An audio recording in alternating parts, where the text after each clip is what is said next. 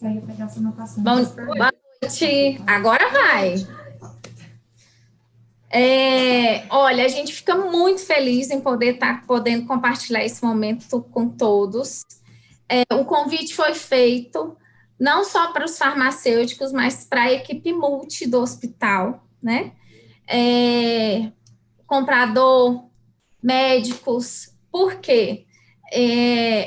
Durante esse momento novo nosso, a gente está podendo aprender muito e cada vez mais entender que nós não podemos mais caminhar sozinhos, né?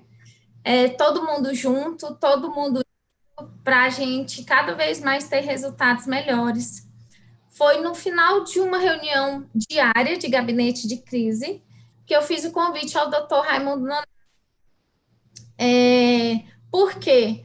Pelos resultados diários, não de mudança de cenário, mas sim de deliberações e na vertente de caminhar todo mundo junto. Eu convidei ele para poder falar do gerenciamento de crise desse momento. O doutor Raimundo, ele trouxe um resultado para toda a equipe, junto com essa vertente de trabalho, que nos ajudou muito, muito mesmo. E a gente vai começar convidando a Luciana.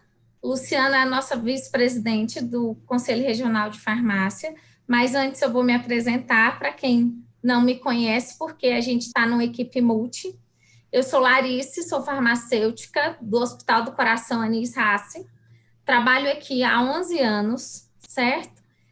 Sou membro do Grupo Técnico de Farmácia Hospitalar, e a gente está nesse agora para compartilhar e poder dividir com todos vocês. Tomara que vocês saiam com resultados, com ideias que a gente possa estar dividindo nesse momento. Luciana, por favor. Tem que desativar ela? Boa noite a todos. Tá ok? Vocês estão me vendo e ouvindo? Sim. Sim? Boa noite a todos. Eu sou a Luciana Calil, vice-presidente do Conselho Regional de Farmácia do Estado de Goiás. Eu queria externar a minha alegria em estar aqui hoje na abertura da palestra, dizer da minha alegria em ver, né, a equipe multiprofissional formada por profissionais da saúde tão capacitados, né, que são referências, unidos, né, todos juntos, para tratar de assuntos que dizem respeito à saúde.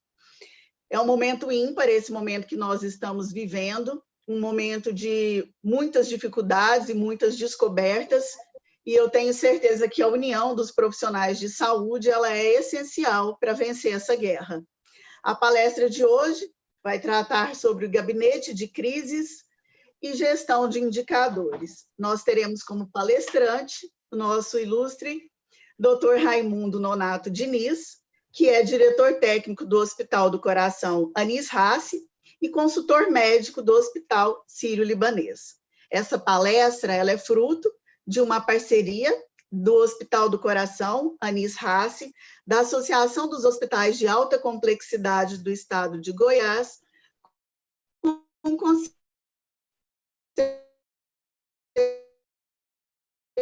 Regional de Farmácia, através de um abraço a todos os membros do Grupo de Farmácia Hospitalar, que nos auxiliam diariamente nas demandas do Conselho de Farmácia, na orientação dos colegas farmacêuticos da área hospitalar e na construção de material, de manuais e de eventos como o que nós vamos ter hoje à noite. Seja bem-vindo, doutor Raimundo. Seja bem-vinda, Larice Marques, né, farmacêutica do Hospital do Coração Anis Rassi e membro do nosso GT de Farmácia Hospitalar. Eu tenho certeza que esse evento será ímpar. Boa noite a todos e muito conhecimento a ser dividido aqui hoje. Obrigada. Obrigada, doutora Luciana. Doutor Fernando Carneiro está aí? Não? Doutor Fernando? Não, né?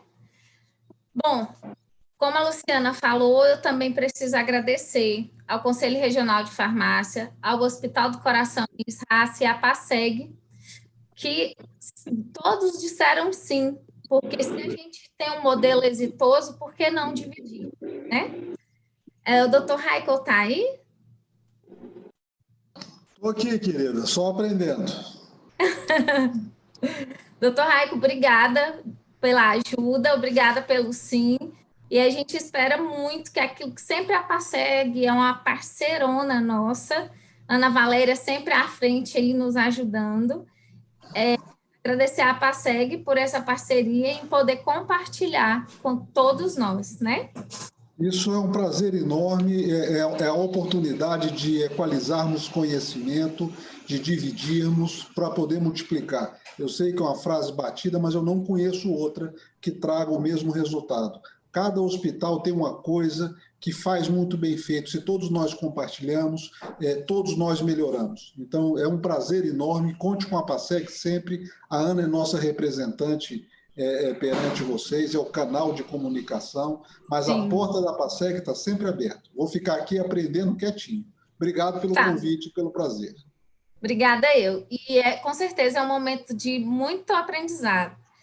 Gerenciamento de crise e gestão de indicadores. Agora a gente vai passar a palavra para o nosso ministrante, Dr. Raimundo Nonato Diniz, médico intensivista. É um super gestor, ele ajuda muito naquilo que pode, a equipe multi, ele está sempre à frente. Foi uma pessoa que me ajudou muito na farmácia clínica quando eu comecei no hospital.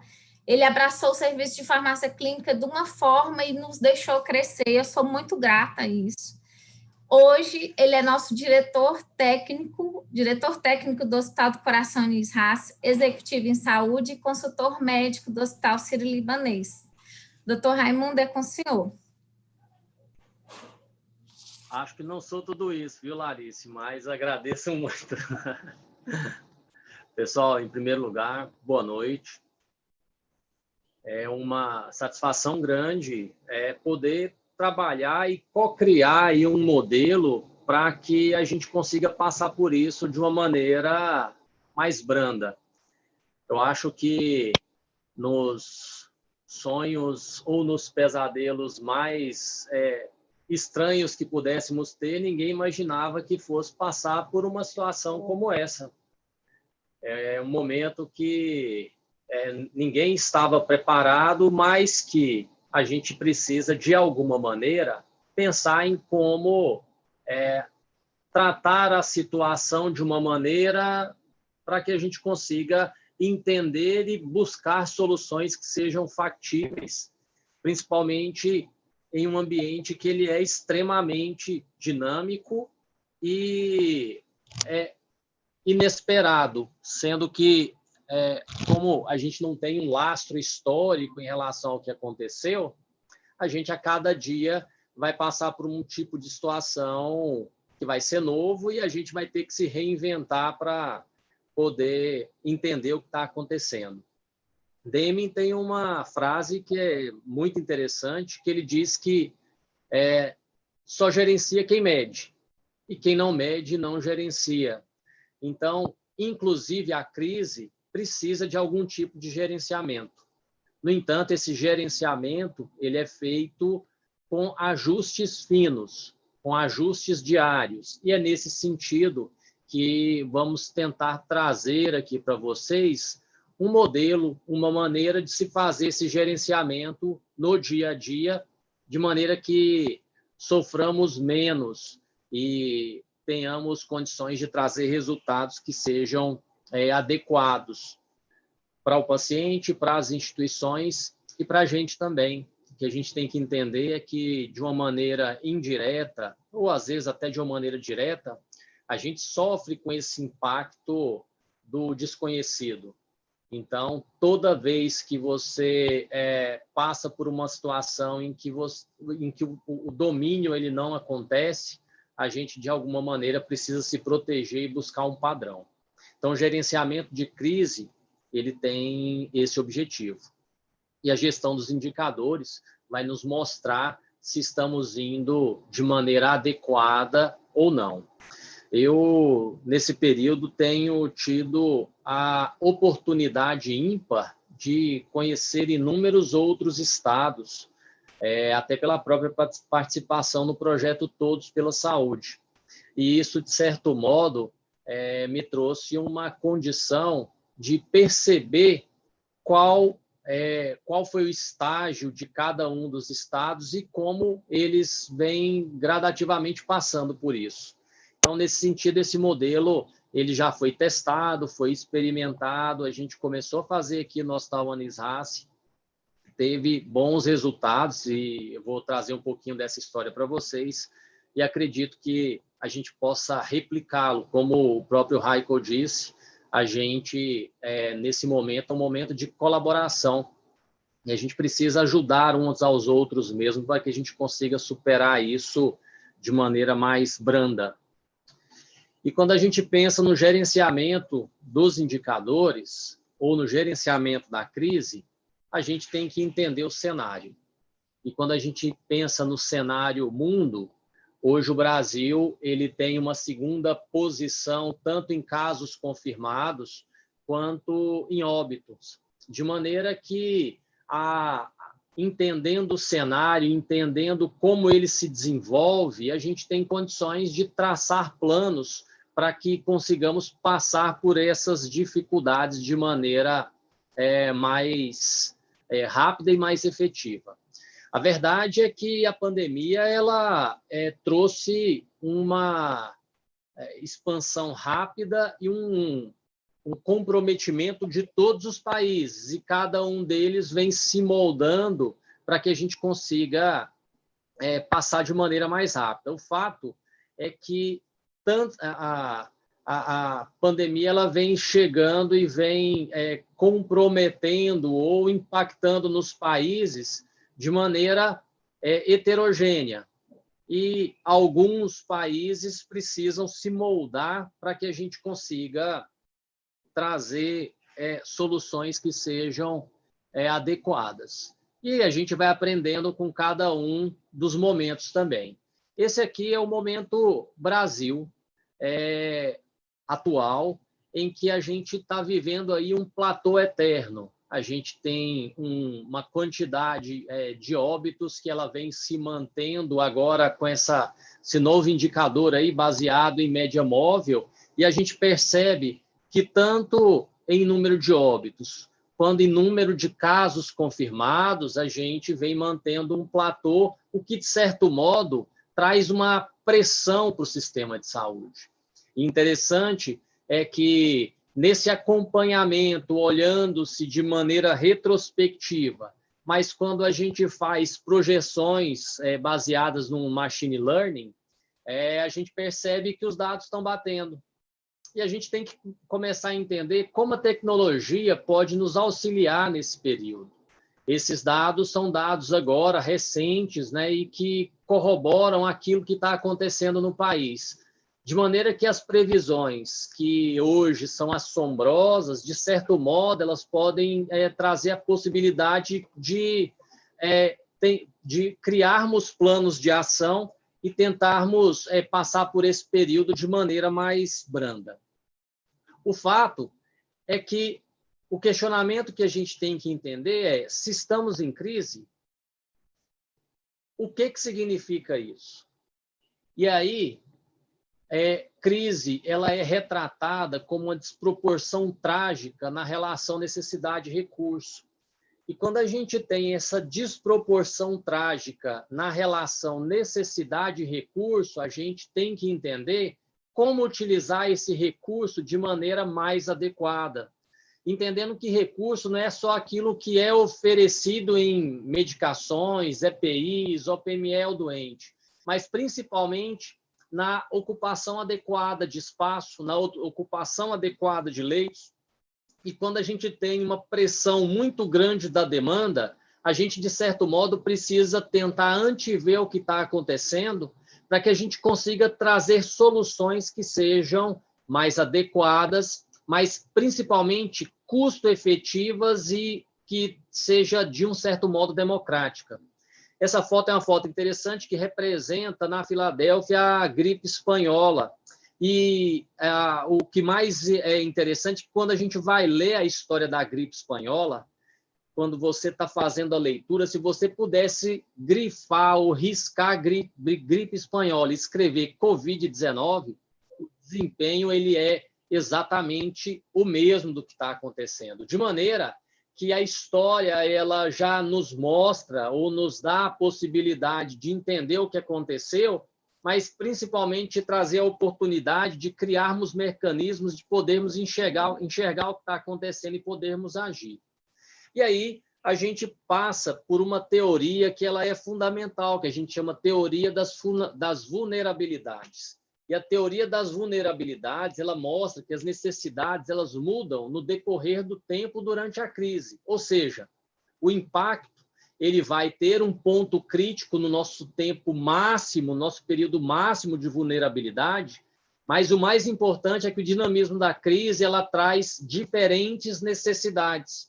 E essas diferentes necessidades é o que faz com que tenhamos a condição de gerenciamento e tentarmos perceber como agir em tempo e não sermos surpreendidos. Esse é um dos quesitos principais. E quando a gente pensa naquilo, por exemplo, que temos que ofertar para o paciente ou para o colaborador, pensando em segurança, nós já passamos por diversos estágios nessa pandemia. A gente chegou ao momento em que teve falta de EPI, que teve falta de alguns insumos, e agora a gente está passando pela dificuldade do gerenciamento de medicações. Ou seja, as diferentes necessidades que vão gradativamente surgindo com as nossas vulnerabilidades, ela faz com que tenhamos a necessidade de fazer o gerenciamento adequado para sermos surpreendidos cada vez menos. E o objetivo do gabinete de crise é a gente tentar entender que dano ele vai acontecer, tem uma relação entre agressão e vulnerabilidade, impacto da pandemia com a vulnerabilidade do sistema de saúde, com a vulnerabilidade dos nossos estoques, com a vulnerabilidade das pessoas e de cada paciente que é acometido. Mas, principalmente, entender que o dano final é essa relação menos a nossa capacidade de contingência. E a nossa capacidade de contingência ela está relacionada à nossa condição de preparação, a tentarmos entender como estamos preparados para passar por isso tudo. E é nesse sentido que a gente pensa no gabinete de crise. E aí o gabinete de crise ele tem uma função que é uma função primordial, que é fazer a gestão contínua da situação do hospital como garantia do sucesso. E aí a gente tem o gabinete de crise funcionando como uma central de comando, que ela é fundamental para análise, decisão e controle. O gabinete de crise ele é uma estrutura criada para que a gente consiga fazer o gerenciamento diário, just in time, da situação do hospital. De maneira que o objetivo é preservar a instituição hospitalar para que ela seja utilizada da maneira adequada. Porque se não tivermos essa condição, a gente vai ter uma pressão de demanda muito grande e a gente vai ter um desperdício aí da boa utilização hospitalar nesse momento, principalmente entendendo que vão ser pacientes graves, sintomáticos, respiratórios e que principalmente vão ficar muito tempo nas instituições. Como gerenciar esse recurso ofertado? E quando a gente pensa no gabinete de crise, a gente tem que entender que ele é uma estrutura temporária de análise, decisão e controle, e ela é responsável pela gestão plena da situação durante a crise. Isso aqui é um fato interessante, porque muitas vezes a gente vai para as instituições e lá tem estruturado um gabinete de crise, mas que ele não age de fato, porque o gabinete de crise está relacionado com as pessoas que vão decidir mandar, e as equipes elas precisam acatar as decisões e ordem. Quando a gente pensa em momentos de crise, a gente está pensando em situações aleatórias e variabilidades que vão surgir a cada momento. E, nesse sentido, a gente precisa entender como fazer uma gestão e como ter a autoridade dessa gestão para que a gente consiga passar por esse momento de maneira mais rápida, efetiva, mas principalmente segura. E a segurança não é necessariamente somente a do doente, mas a segurança dos colaboradores. E isso a gente tem percebido o impacto grande que isso tem nas instituições de um modo geral. De maneira que a composição do gabinete ela passa pela necessidade de ter diretores técnicos, clínicos, administrativos, gestores assistenciais, médicos, enfermeiros, fisioterapeutas, as chefias de serviço, gestores de áreas de suporte, a farmácia, CADT, almoxarifado, nutrição. A verdade é que a gente precisa fazer uma corresponsabilização do momento. E se a gente tiver nas instituições funcionamento de ilhas de excelência, fatalmente nós não vamos conseguir passar da maneira adequada por todo esse momento. Então, a corresponsabilização traz para dentro do gabinete de crise a necessidade de termos pessoas que vão entender o que está acontecendo, mas principalmente ter condições e ter autonomia para a tomada de decisão. E a tomada de decisão ou o atraso na tomada de decisão é o que mais impacta nos momentos de crise. E aí, o que é necessário? A gente precisa de ter um espaço que vai ser a referência para o gabinete de crise. O que as pessoas da instituição têm que entender é que lá naquela instituição tem um grupo que está determinado ao tratamento exclusivo do que está acontecendo no momento da instituição. E aí a gente tem que ter toda uma estrutura disponível para isso, quadro, flipchart, acesso à internet, e é interessante que quando a gente fala isso, muitas instituições acham que não vai ter necessidade, mas a gente trazer o que está acontecendo do campo invisível para o visível, fazer um mapeamento de processo, fazer a descrição do que está acontecendo, tentar achar gargalos, tentar achar possibilidades de melhoria, faz com que a gente consiga ter uma ação efetiva em cima do que está acontecendo. Então, a gente tem que ter um mapeamento com as informações dos recursos disponíveis, entender que a gestão do recurso, capacidade instalada do hospital, o quanto a gente consegue aumentar, é fundamental para que a gente consiga ter uma gerência adequada. E uma premissa, tem que funcionar 24 horas por dia, com reuniões que são diárias. O nosso objetivo é ter acesso ou estar acessível para que as tomadas de decisão elas aconteçam em tempo e naquele momento, que às vezes a gente vai ter a necessidade de fazer uma tomada de decisão que vai ser importante, vai impactar na sustentabilidade da instituição, naquela hora, naquele momento, e a gente não pode deixar para um período posterior. Mas quando a gente pensa na estrutura do gabinete de crise, a gente traz esse organograma.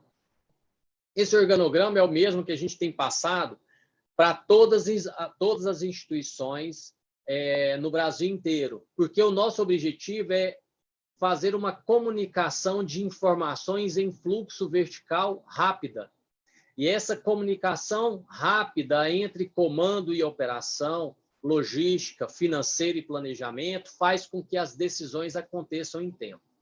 Agora, por que há necessidade dessa estrutura organizacional do gabinete de crise? A gente tem que entender que esse grupo de pessoas vai estar destinado com a gestão completa da instituição nesse período, fazendo com que a gente consiga ter tomadas de decisões muito rápidas. E como fica essa distribuição? A gente tem uma pessoa representando o comando, um grupo que vai estar representando a área de apoio, e esse grupo que está representando a área de apoio, ele vai ser munido de informações e das equipes que vão dar apoio à tomada de decisão. Na maior parte das vezes, as decisões vão ser tomadas aqui. A comunicação ela é fundamental. Nesse período de crise, principalmente com a imprensa, a gente precisa proteger o hospital daquelas informações que saem via rádio peão e que não necessariamente estão validadas pela instituição. Então, a comunicação ela tem um papel fundamental na sua relação com a imprensa, com a comunicação que acontece dentro da instituição, principalmente as diretrizes que vêm do planejamento, eu vou explicar para vocês, mas fundamentalmente na relação com outros gabinetes de crise de outras instituições. A gente tem que entender que em momentos de crise a gente precisa de colaboração e integração. Se nós não tivermos colaboração e integração e formos agir de maneira isolada, nós vamos ser consumidos pela demanda. A demanda, que ela é muito alta nesse período, ela vai impactar de maneira negativa na credibilidade institucional. Então, nós precisamos ter inter-relações uns com os outros. E, principalmente, entender que a comunicação aqui ela vai promover uma agregação de valor para a instituição, porque só vai sair informações dali que são validadas pelo comando, pela área de apoio, mas principalmente que demonstrem uma credibilidade para que a comunicação com a imprensa aconteça por um canal único. Quando a gente vem para uma linha mais próxima ao paciente, então nós temos a caixinha das operações, que vão estar envolvidas ali todas as pessoas que fazem a assistência direta ao paciente, então as equipes médicas, as equipes de enfermagem, UTI, laboratório, exames de imagem, e ela está envolvida com a logística, porque a logística ela dá todo o suporte para a operação. Então, a parte logística, ela está envolvida as equipes que vão trabalhar com EPI, insumo, materiais, equipamento, a própria farmácia, o almoxarifado, ou seja, todos os setores e pessoas que estão envolvidas com o suporte para que a operação aconteça, elas vão estar envolvidas aqui nessa caixa da logística. O administrativo financeiro e um / jurídico que tem acontecido aqui, a gente está envolvido com todas as pessoas que vão trabalhar com recurso humano, com a condição e a sustentabilidade do setor hospital e principalmente a parte jurídica. A gente tem passado por algumas situações que elas são até agressivas. Antigamente, a gente fazia orçamento aí para compra de máscara que estava real. Agora, a gente tem máscara sendo vendida a R$40, R$60. A gente tem um impacto. A dexametasona foi o mais recente, que a gente comprava uma ampola a 47 centavos, ela foi vendida a quase R$4 por conta de um estudo que saiu. Então, quando a gente pensa no administrativo, financeiro e jurídico, a gente está tentando trazer todas as condições que vão possibilitar a sustentabilidade e manutenção da qualidade da instituição. Então, ele tem que estar intimamente ligado com toda a estrutura do comando, pensando principalmente na necessidade do suporte que ele pode dar para que a gente garanta sustentabilidade. A etapa planejamento, a caixinha planejamento, vai estar relacionada com todas as diretrizes para ação na instituição.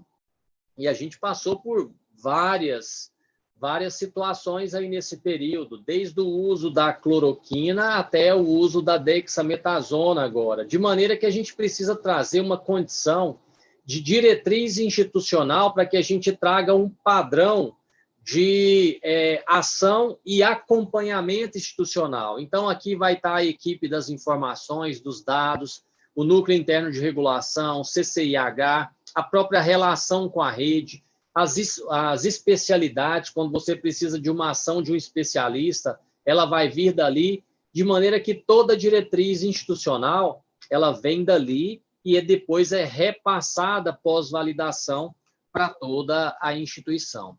O fato é que, criado o gabinete, a gente precisa agora começar um gerenciamento. E na linha de que só gerencia quem mede, a gente precisa trazer o que precisa ser medido nesse período para que haja um gerenciamento adequado do gabinete de crise. E aí, a gente tem que pensar em quais recursos podemos fazer o gerenciamento.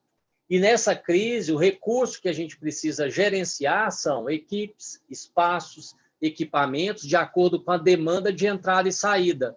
Então, a análise dessas variáveis tem que gerar um plano de ação para ajuste diário. Aqui no Hospital Arizácio, o que a gente tem feito é tentar trazer para um painel de gestão à vista todas essas dimensões para que a gente consiga tomar decisão. Tomar decisão do comprometimento que as estruturas hospitalares podem ter frente à demanda e aí acordos com outras instituições para que a gente consiga fazer o encaminhamento em tempo, mas principalmente gerar planos de ação a partir daquilo que as equipes fazem para que a gente consiga melhorar ainda a assistência dentro daquilo que são as nossas possibilidades. E aí a gente pode trazer para um painel de gestão à vista em que você vai ter a composição da equipe, como é que está sendo a pressão da demanda, como é que está sendo a ocupação dos espaços, e eu vou passar por cada um desses daqui para que a gente consiga trazer insights para que vocês consigam fazer nas suas instituições algo semelhante, se já não estiverem fazendo.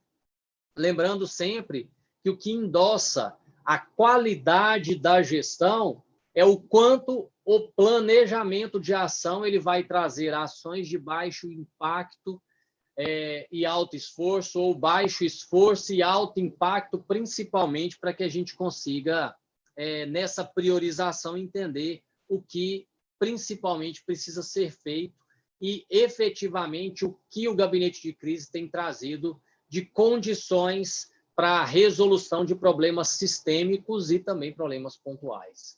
E aqui a gente tem um plano de ação específico que a gente fez na instituição, que eu até peço para a Larice poder trazer alguma contribuição, que está relacionado a essa nova vertente que tem sido o consumo das medicações nesse período da crise. Então, a gente viveu uma dificuldade aí com a sedanalgesia, agora com os relaxantes musculares, entendendo que a gente precisa fazer um casamento entre ações durante a crise, sustentação. Isso, meu som. Acabou o som? Peraí, doutor, parece que o seu som acabou.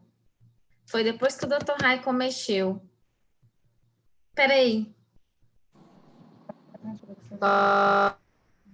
Não mexi, não, foi a conexão dele. Peraí.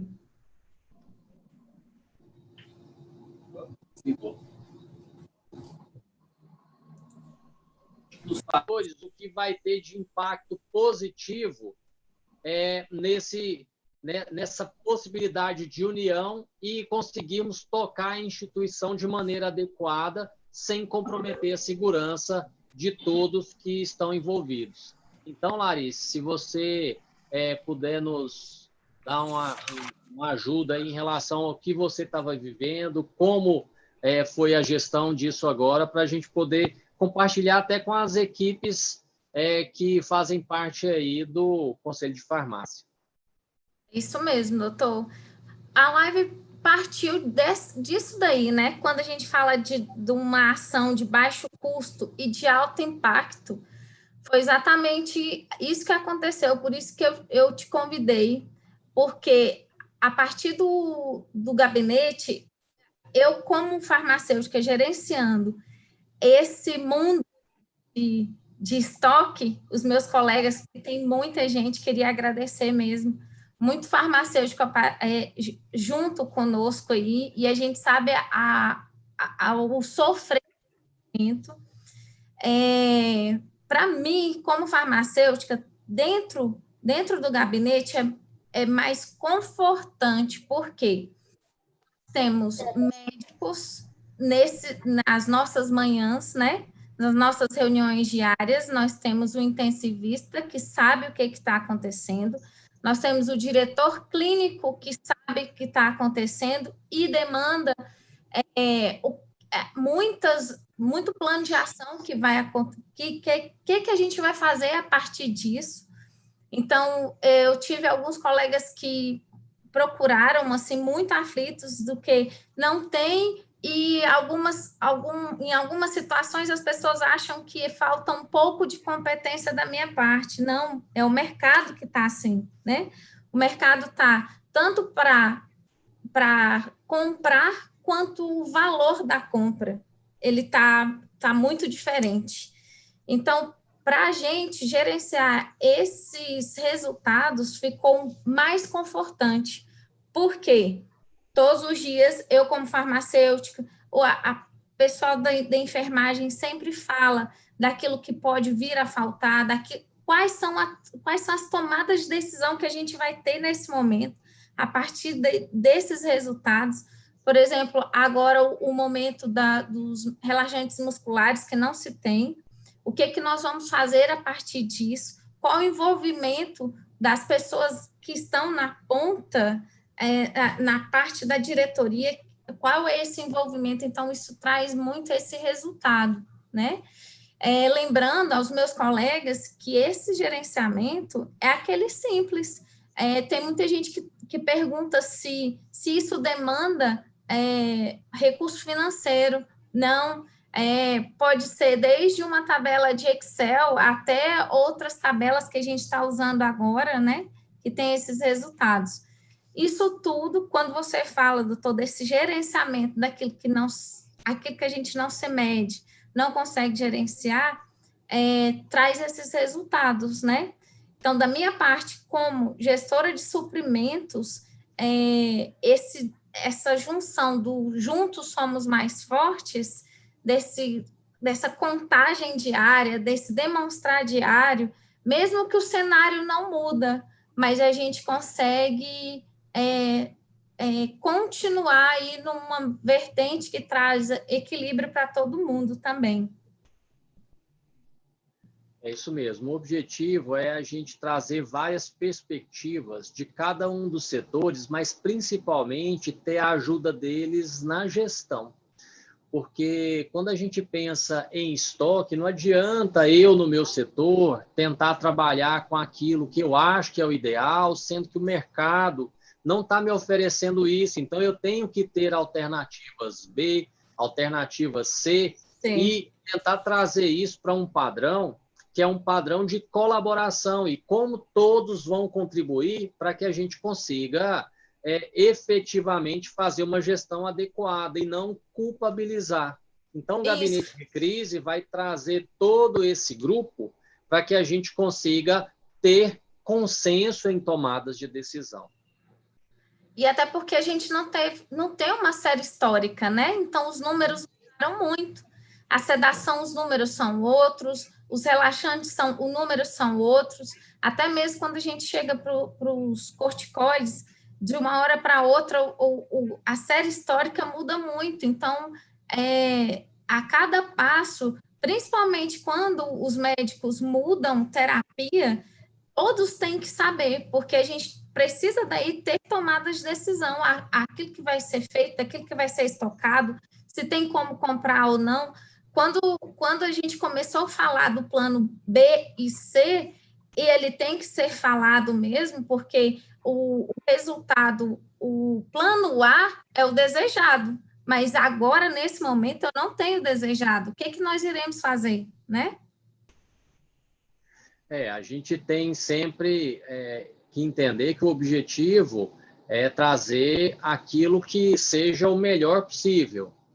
E a gente também tem que entender que, às vezes, o ótimo é inimigo do bom. E, nesse aspecto, a gente precisa trabalhar com aquilo que é possível, aquilo que é factível, para que a gente consiga entregar a melhor segurança que é possível, porque o momento ele é instável. Então, a colaboração, nesse momento, ela é fundamental para que a gente consiga caminhar junto, sem culpabilização, mas principalmente entendendo que estamos em equipe entregando o melhor que é possível para o paciente nesse momento de crise. Nesse sentido, a gente precisa trabalhar em conjunto, porque senão nós teremos muitas dificuldades aí até passar por esse problema. Lembrando que Goiás está passando por um momento agora de aumento dos casos de notificação. E provavelmente todas as instituições terão uma pressão de demanda nesse período agora. Aqui eu vou passar para vocês agora o que seria o propósito do acompanhamento de cada uma das etapas dessa gestão à vista, desse gerenciamento. Quando a gente vai acompanhar a demanda da internação do hospital, a gente tem como propósito acompanhar diariamente a demanda por leitos de internação e UTI para pacientes COVID e pacientes geral. Então, a gente tem que entender como que está sendo essa chegada. E entendendo como está sendo essa chegada, a gente vai preparar qual será o acolhimento para esse paciente, ou principalmente quais são os acordos que a gente tem que fazer entre cada uma das instituições que estão participando, principalmente agora na saúde suplementar, que a gente precisa entender como as instituições vão se auxiliar para poder passar por esse período de maneira mais branda.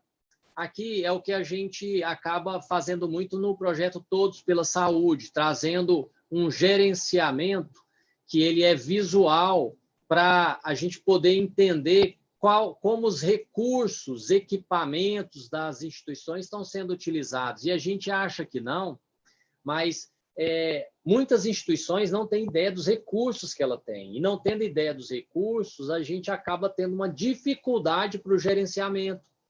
Nesse período agora, em que tem uma conversão significativa de pacientes para o ambiente de terapia intensiva, que eles vão precisar usar recurso, ventilador, monitor, a gente precisa entender como está o nosso dimensionamento para que esses pacientes não sofram com a demanda elevada pela desassistência. Então, a gente faz essa proposta e isso que a gente está apresentando para vocês, inúmeros hospitais do Brasil têm utilizado com uma condição de trazer a avaliação do recurso de maneira adequada. Da mesma maneira, o acompanhamento dos respiradores. Então, a gente traz para um painel de gestão à vista, em que quando você bate o olho, você já entende qual que é a fragilidade que está acontecendo. Da mesma maneira, o acompanhamento dos insumos no hospital. A gente começou aqui no hospital assim, depois evoluiu para uma apresentação automatizada, né, em que a gente consegue fazer essa alimentação e entender como que está acontecendo. Mas o acompanhamento do estoque, como ele está caindo, quando tem a necessidade de fazer ressuprimento, é fundamental. Da mesma maneira, a gente precisa de entender o acompanhamento dos colaboradores da instituição. E quando a gente pensa em colaboradores, a gente está trazendo cada uma das equipes, médico, enfermeiro. Isso aí tem sido até uma exigência agora com a própria ação do Ministério do Trabalho. A Delegacia do Trabalho aqui fez um informe pedindo a necessidade, o próprio Corém aqui pede que seja repassado isso todo dia, porque o impacto tem sido significativo, muitos colaboradores têm afastado e a gente tem que trabalhar com uma taxa que seja possível gerenciamento para não ter impacto na desassistência. Isso tem que ser acompanhado diariamente também. Então, quando a gente começa questionando entre todas essas vertentes, como que está a situação do hospital. A própria taxa de ocupação de leitos, isso tem sido impactante, aumentou muito em Goiânia, em Goiás, nos últimos dias, tanto nas instituições de saúde suplementar, quanto nas instituições privadas. O HCamp, que foi criado aqui, que está sendo muito bem gerenciado, mas que tem sofrido aí com a necessidade de fazer essas progressões com aumento de leito frente a uma pressão de demanda que tem sido muito grande. Então, a gente observando que mesmo aprendendo e tendo a necessidade de ampliar a capacidade, quando a pandemia chegou, ela chegou trazendo uma conversão muito alta e trazendo pressão, exigindo que a gente tenha condições de fazer um bom gerenciamento. E, nesse sentido, você tem que começar a pensar também na resolutividade do hospital. Como têm sido as saídas? As saídas têm sido adequadas? Como que está sendo o monitoramento? Amanhã a gente vai estar mais confortável, a gente vai precisar reorganizar, reexpandir, mudar acordos para que a gente consiga fazer um acolhimento adequado, mas principalmente não ter um abalo aí nas estruturas hospitalares, entendendo que o foco principal tem sido o cuidado centrado no paciente, mas principalmente entendendo o que a gente pode contribuir de maneira adequada nesse momento que estamos vivendo. E aí, dentro do gabinete de crise, a gente fazendo uma avaliação, utilizando todas essas dimensões, o que pode ser tomado como decisão adequada durante a crise, né? Então, entre as decisões adequadas, a gente tem a criação do gabinete, num gabinete consolidado, ele tem que ser referência, as pessoas têm que saber quem faz parte do gabinete de crise para elas terem uma referência para procurar, tem que fazer reuniões diárias, ele tem que ser atuante, ele tem que existir além dos limites do papel, porque muitas instituições têm um gabinete no papel, mas que não funciona adequadamente. A gente precisa fazer o mapeamento dos recursos disponíveis dentro daquilo que a gente conversou, equipe, equipamento, espaço, insumo, resolutividade, pressão da demanda, ampliar a capacidade instalada após a definição da vocação do hospital. Então, a gente tem que entender que os hospitais têm uma vocação própria, que eles já estão dimensionados para aquilo, e como a gente consegue ampliar. Quando a gente pega um paciente que não está dentro do nosso escopo, para onde que a gente vai direcionar os acordos entre instituições? Isso aqui é uma coisa que está fazendo falta em Goiânia. A gente, às vezes, recebe o paciente, tem dificuldade de fazer encaminhamento quando a gente já está no limite da nossa capacidade. Esse acordo precisa ser mais bem costurado para a gente poder viver esse momento da crise de maneira mais branda, de maneira menos sofrida. A gente precisa aumentar a articulação com a rede, entendendo principalmente que as instituições elas não podem viver nesse período de maneira isolada. A gente precisa ter articulações com comportamentos homogêneos aí para o tratamento. A gente precisa proteger o hospital para não receber pacientes fora do seu escopo. Cada um está contribuindo, mas entendendo que a gente tem escopos específicos, tem pacientes que vão ser de mais alta complexidade, ele vai ter as instituições que vão receber, os pacientes de baixa complexidade vão ser recebidos por outro perfil, e isso tem que estar muito bem claro. Manter as relações com outros gabinetes de crise, convidar outras instituições para compor o gabinete de crise, isso é fundamental. Isso que eu estou passando para vocês, a gente passa exatamente da mesma maneira para as instituições públicas de todo o país. Todo o país tem passado pela necessidade de entender que a articulação de rede agora, ela precisa acontecer, porque é isso que, como já foi falado lá no início, vai garantir a colaboração, mas principalmente vai determinar que o cuidado ao paciente ele aconteça da melhor maneira possível, mas principalmente que também a gente não tenha abalos nas estruturas institucionais e que leve à desassistência. E levando à desassistência, a gente comece a ter impacto negativo e que, de certo modo, nos traz aquela sensação de impotência. É uma sensação que, muitas vezes, a pressão da demanda faz com que a gente tenha necessidade de selecionar quem vai ter atendimento ou não vai ter atendimento. Eu espero que a gente não tenha que passar por essa situação enquanto tenhamos essa capacidade de organização nesse momento de crise. Essa foi uma situação muito triste que aconteceu, por exemplo, em Manaus, em que lá teve uma pressão tão grande da demanda que não foi possível fazer o atendimento de todos da maneira adequada. Muitos colegas que lá estiveram, muitos amigos desse próprio projeto Todos pela Saúde, que também tiveram lá, tiveram a oportunidade de vivenciar o que é essa crise aí na pele mesmo. E experimentar um pouquinho do que aconteceu lá na Itália, lá na Lombardia, por exemplo, que lá eles não conseguiram fazer o acolhimento de todo mundo pela própria desproporção entre capacidade e demanda. E, da mesma maneira, a gente tem os erros conceituais, entendendo que o gabinete de crise ele é temporário, mas ele não divide o poder da autoridade institucional. Não compartilhar as ações do gabinete com todo o hospital. O gabinete ele vive num mundo e a instituição está vivendo em outro. A gente tem que trazer isso para o mesmo padrão.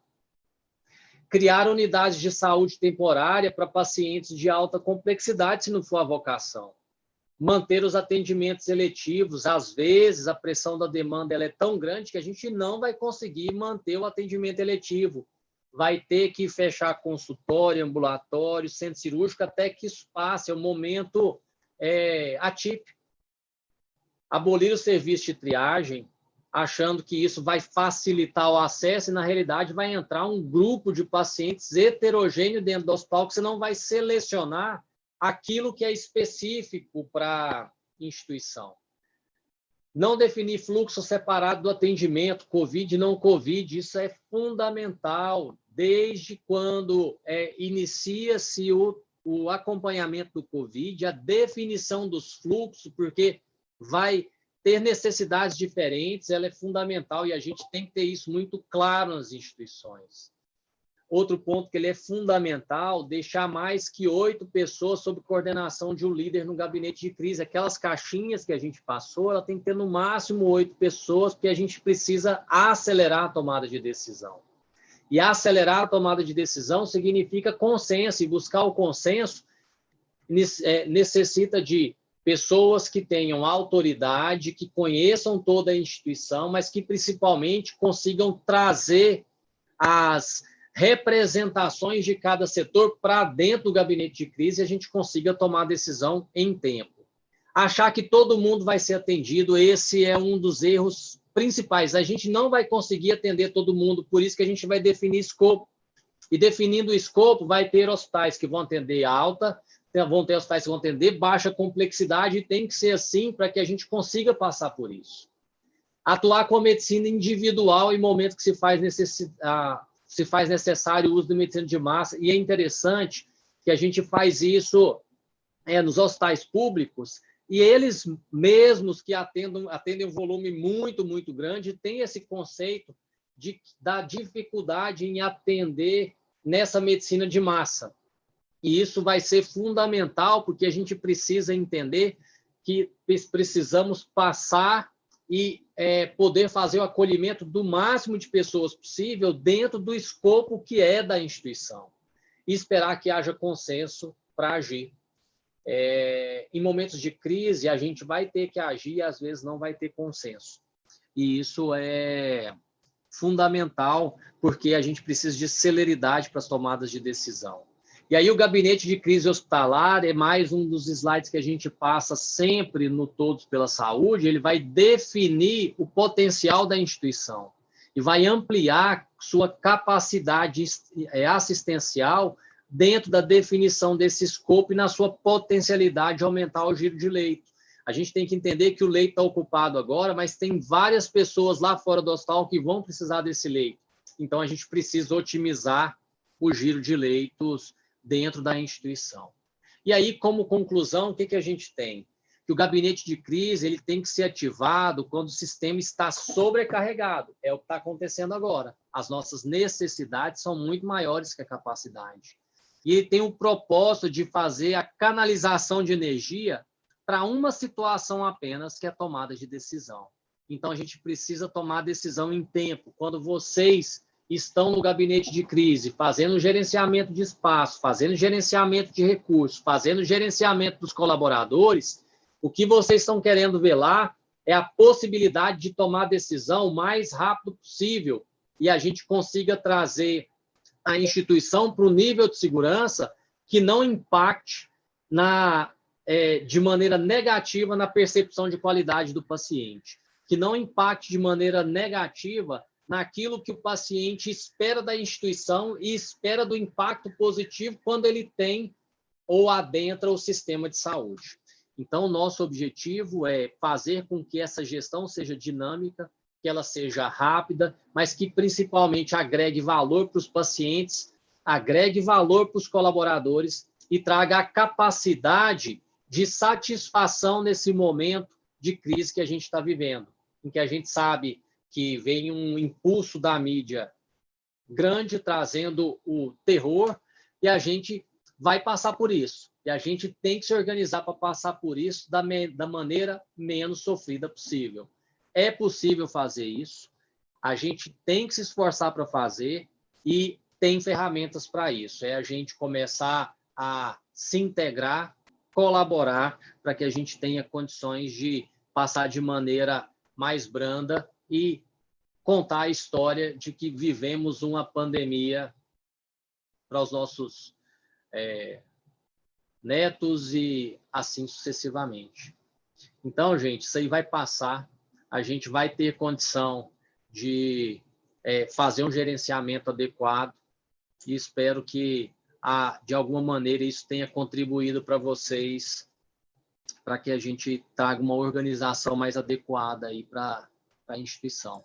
Agradeço muito a participação de todos vocês e estou disponível para o que vocês quiserem tirar de dúvidas.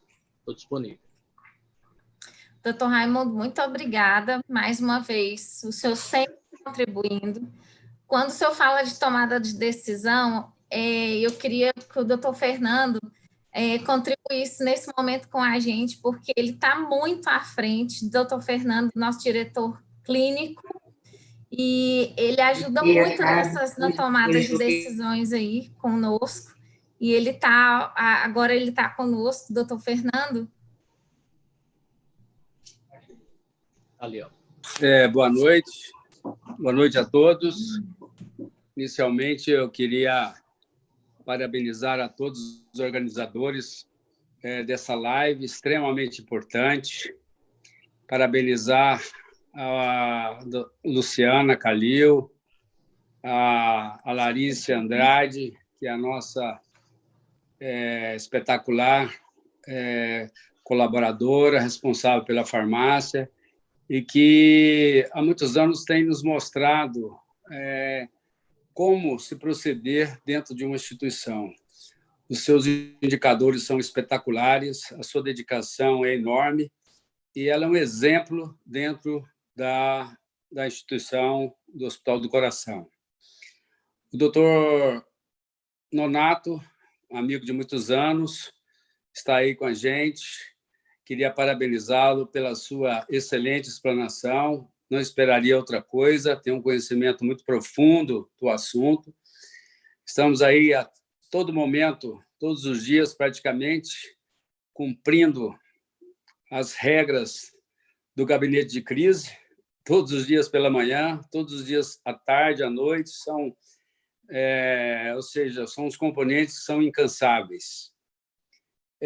Do outro lado, não poderia deixar aqui de agradecer e parabenizar também, de estar aqui ao lado do Dr. Raico, que é uma pessoa que gerencia as 22 instituições de alta complexidade do nosso Estado e que tem sido de uma maneira brilhante, de uma maneira sensata, de uma maneira extremamente profissional, conduzindo o melhor para o nosso atendimento, o melhor para o nosso Estado.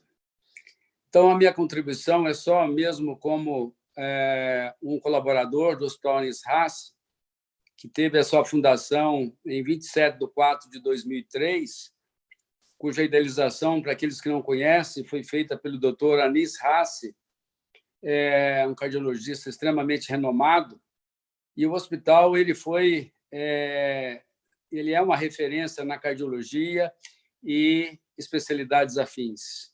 É uma instituição que tem deixado aí uma marca muito grande de contribuição para a nossa sociedade. E sempre tenho falado para os amigos próximos que nós não ganhamos medalha durante a guerra. E é isso que nós estamos procurando, atender da melhor maneira possível, através do gerenciamento, através do gabinete e através dos indicadores. E muito obrigado, Larissa, por me convidar para deixar essas palavras aqui, que são bem simples, mas que eu acho que a instituição ela merece aqui ser relatada pela sua importância. E eu me sinto muito honrado de trabalhar dentro de uma instituição como esta, que busca a ética, que busca, acima de tudo, a empatia, que busca o bom atendimento. Muito obrigado a todos vocês. Obrigada a nós, doutor. O senhor ajuda muito no fluxo, o senhor sempre atua muito conosco, isso traz muita segurança para nós, como equipe multi. Larissa, como eu fui citado, eu queria pedir a palavra, posso? Sim. Agradecer. A gente na boca dos amigos sempre é melhor do que realmente é, né? Então, ouvir o Fernando falar de mim é uma coisa que eu tinha que fazer todo dia, porque acho que até o cabelo cresce quando isso acontece. Mas digo, a felicidade de ver um time funcionando. As pessoas precisam entender que o hospital não são aparelhos, não são paredes, não são máquinas. O hospital é isso, é um time.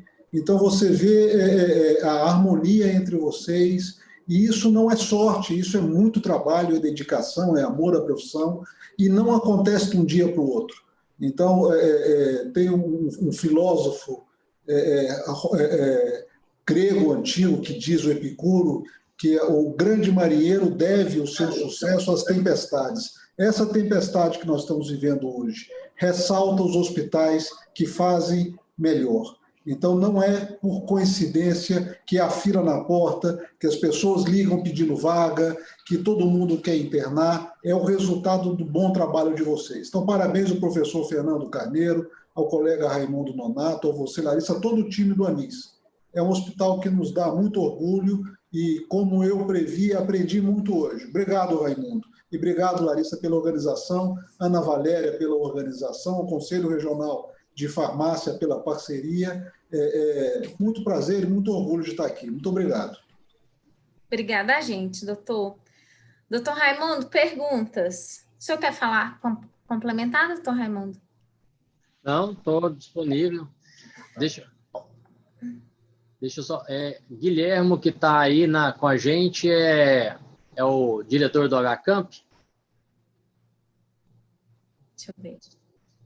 Vamos ver. Rapaz, é ele mesmo. Eu estou aí. Parabéns pela apresentação. Eu não podia deixar de prestigiar a sua apresentação. Estou junto também com amigos, doutor Raico, doutor Fernando, e eu acompanho a história do Hospital Alisácia há muitos anos, sou muito amigo da Cristiane, e eu tenho certeza que o trabalho desenvolvido lá é um trabalho diferenciado. Parabéns pela apresentação. Eu acho que a gente deve trazer mesmo esse conhecimento da questão do gabinete. A gente sabe que muda o destino de muitos hospitais. A organização, a padronização do monitoramento dos EPIs e de todos os indicadores que são padronizados no gabinete, que eu acho que trazem realmente uma fantástica evolução e condução dos hospitais durante essa crise que a gente está vivendo. Parabéns aí pela apresentação, e é um prestígio, viu, Raimundo, estar assistindo sua aula aí, a gente está aprendendo junto com você. Obrigado e boa noite a todos aí. Obrigada, doutor. Guilherme, Larissa, estava queria agradecer a amizade do doutor Guilherme. Forte abraço. Obrigado, Fernando. Obrigado. Vontade, Larissa. Para a estruturação do gabinete de crise, é necessário alto investimento financeiro? Não. Não é necessário alto investimento financeiro, é necessário comprometimento com a instituição, bom relacionamento, principalmente entendendo que esse momento vai exigir uma colaboração e, principalmente, entendendo que, nesse período, o que vai ser mais necessário é a capacidade que você vai ter que ter de coordenação de ação assistencial para que a gente consiga trazer ações que são ações voltadas para proteção institucional nesse período.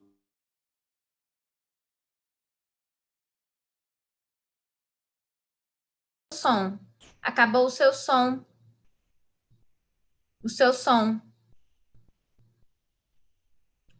Olha o som. Voltou?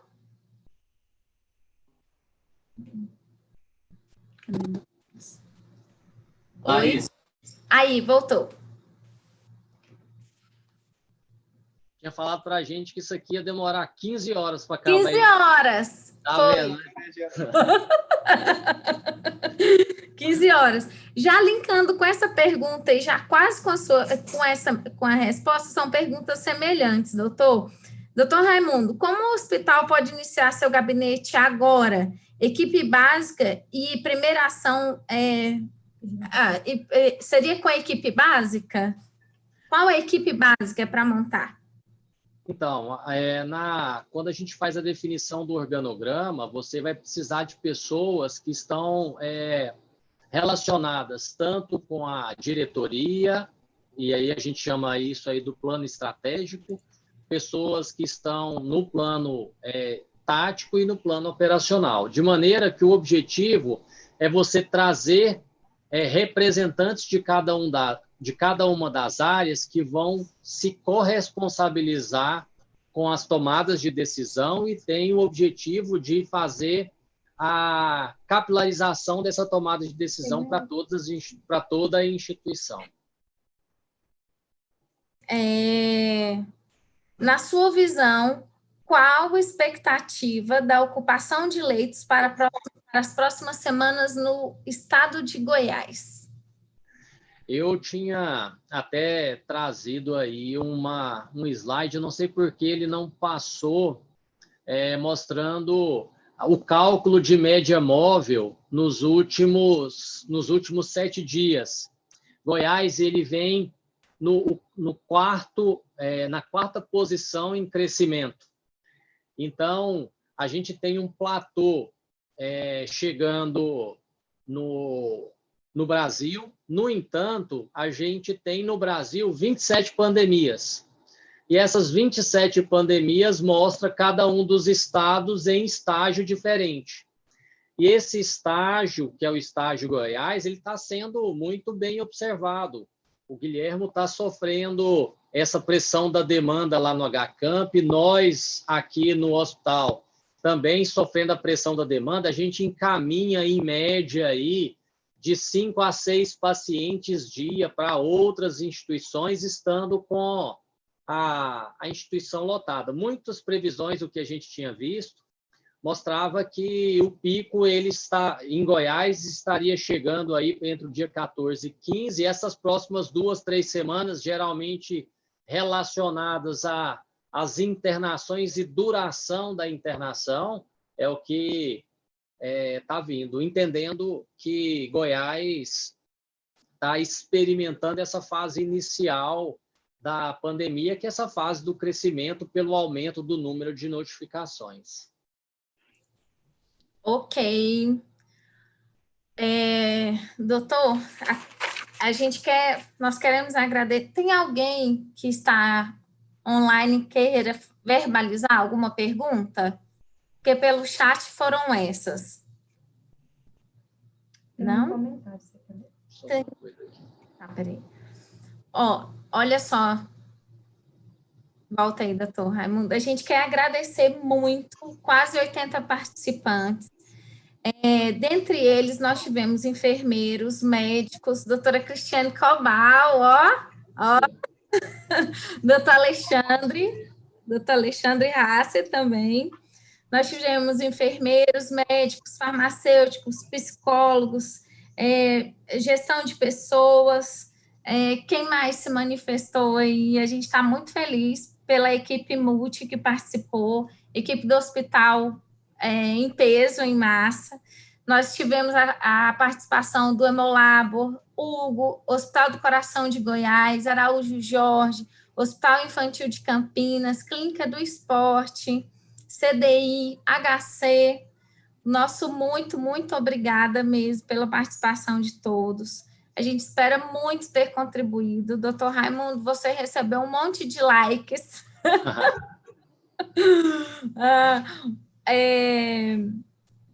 A gente gostaria muito de agradecer, foi muito importante a sua contribuição, tá? É muito importante a sua contribuição e a contribuição de todos, né?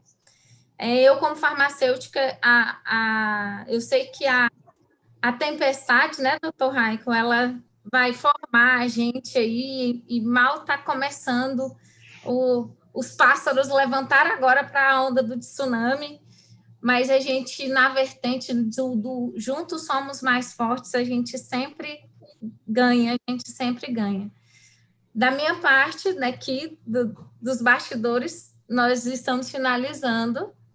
Não tem mais nenhuma pergunta. Se alguém quiser contribuir, fica à vontade. E a gente não tem nenhuma observação. Tem alguma coisa aí? O comentário da Naíma, que a doutora Coppola elogiou. Tem um comentário. Do Naime. Talvez na constituição do gabinete de crise, penso que quando se fala em investimento, uma atenção especial ao setor de suprimentos, no que tange ao oportunismo dos fornecedores. É o que a gente, infelizmente, aí ele termina, infelizmente. Realmente, é um momento bem delicado, né, Naime? Que a gente está vivendo muito e tentar atender os nossos pacientes e ainda viver contra esses ventos, contra a maré aí, ele é bem difícil mesmo. Essa dificuldade agora é impressionante, né? Porque além do próprio dinamismo e a dificuldade do momento, ainda a gente é submetido aos valores abusivos daquilo que vem sendo cobrado com mudança um dia depois do outro. Então, é uma situação difícil, eu concordo com o Naime aí, é até revoltante muitas vezes o que tem acontecido quando a gente pensa na necessidade de colaboração. E a gente vê que a indústria ela não está agindo da mesma maneira, de certo modo, frustra esse momento em que todo mundo precisa estar unido mesmo para que a gente consiga passar isso de maneira adequada. Doutora Luciana Calil, está aí?